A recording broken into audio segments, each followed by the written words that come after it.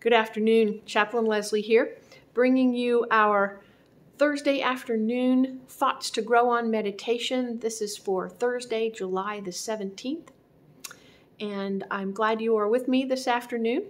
For the next couple of minutes, I invite you to be in a place where you feel comfortable and that your hearts and minds be open to this message devotion that God has placed on my heart this week.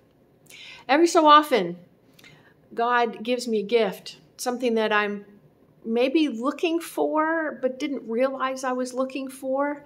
And that happened this week for me as I was doing some reading of an email. And there was a quotation within that email, and it really spoke to me.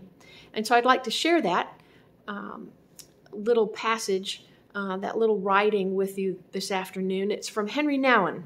Henry Nouwen was a Dutch Catholic priest. He was a theologian, a writer, wrote a number of books.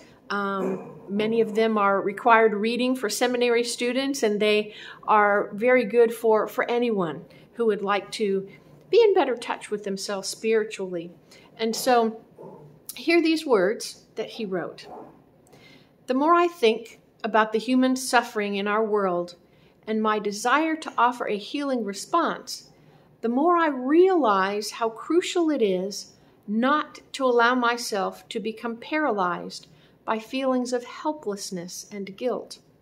More important than ever is to be very faithful to my vocation and to do well the few things I am called to do, and to hold on to the joy and the peace they bring me. I must resist the temptation to let the forces of darkness pull me into despair and make me one more of their many victims.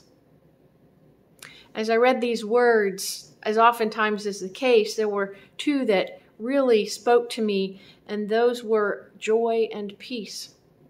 And both of those seem to be in short supply these days. But then I asked myself, do they have to be in short supply? I realized in this past week that I haven't been feeling as joyful as I usually feel. And so I think part of my struggle is that I've been missing the opportunity or not taking the opportunity to be involved in things, simple things that bring joy. Those kinds of activities that I've done in the past where I've either put them aside or they haven't been handy because they're still in boxes and storage. So this past week, I started working on a jigsaw puzzle with my husband. Pieces are all over our dining table. And as I go by, I usually take a couple of minutes and sit and hunt for another piece or two.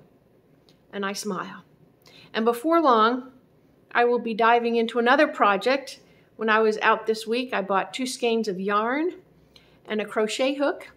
And so I will start working on a project for a couple of scarves. And sitting, that motion of crocheting brings me joy, brings me peace.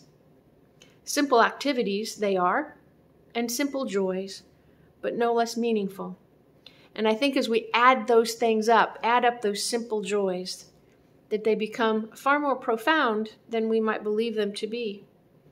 I have been feeling a little bit of a renewed sense of energy in the last few days as I continue in this ministry, a ministry here at Westminster Woods for which I feel very blessed to be a part. What are the things that bring you joy in these days?